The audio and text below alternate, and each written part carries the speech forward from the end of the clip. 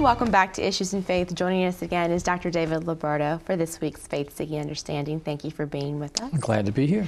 Well, this week's question, and we talked about this a little bit 2 weeks ago with talking about the Mass and why we have to celebrate Mass on Sunday.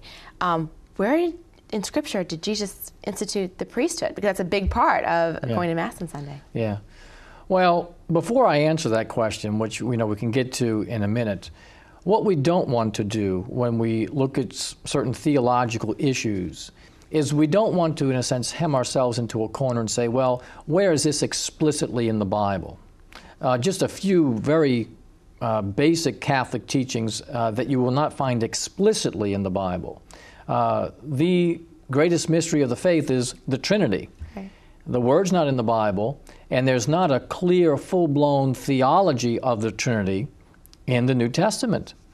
Certainly there are elements of it, but a full-blown theological articulation of that mystery you're not going to get until later in the patristic era, certainly by the Council of Nicaea 325. Right. But even then, things aren't set yet, and there's more development to come. Take another very important mystery to Catholics, the Eucharist. We talk about the Eucharist and we talk about transubstantiation.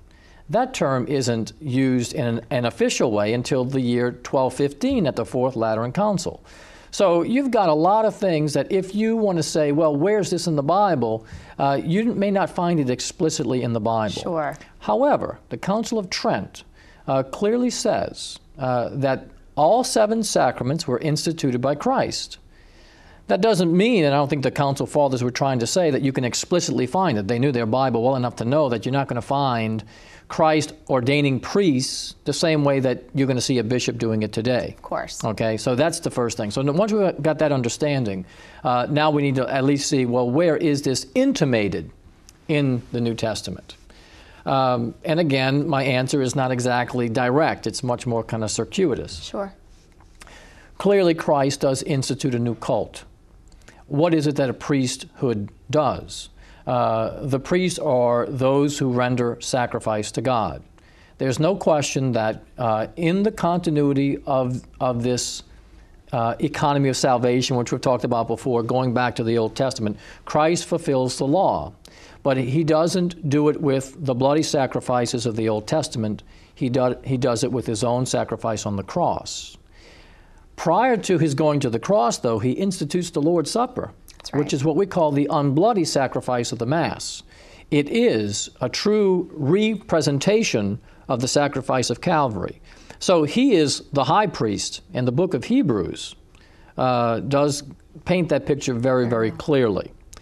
But Christ himself, in the Gospels, never assembles, at least the word isn't used, a priesthood. Of course. He does assemble apostles. They're called apostles because they're sent out. Apostello is I send in Greek. All right, so the apostles are the ones he sends out. Because in the early church, it's so important that the word get out. Mm-hmm. But clearly, there is this celebration of the Eucharist in the early church. And then in early church documents, you see really what is almost the formula for our own Mass. So I can't answer directly, this is where Christ instituted the priesthood.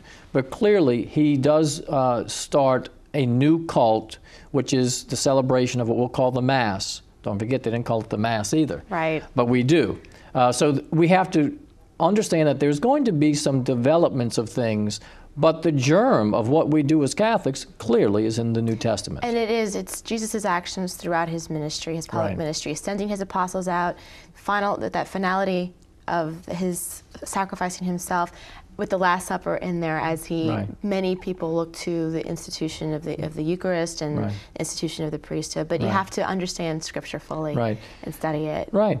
And the priesthood, as we understand it, has various roles, to teach, well, especially the bishops, but the priests also, to teach, to rule, and to sanctify. And clearly, Christ is preparing his apostles to do all 3 of those. Very good. As always, Dr. Liberto, thank you for being with us, and you've given us all a lot to think about. Oh, my pleasure. Thank you. Thank you.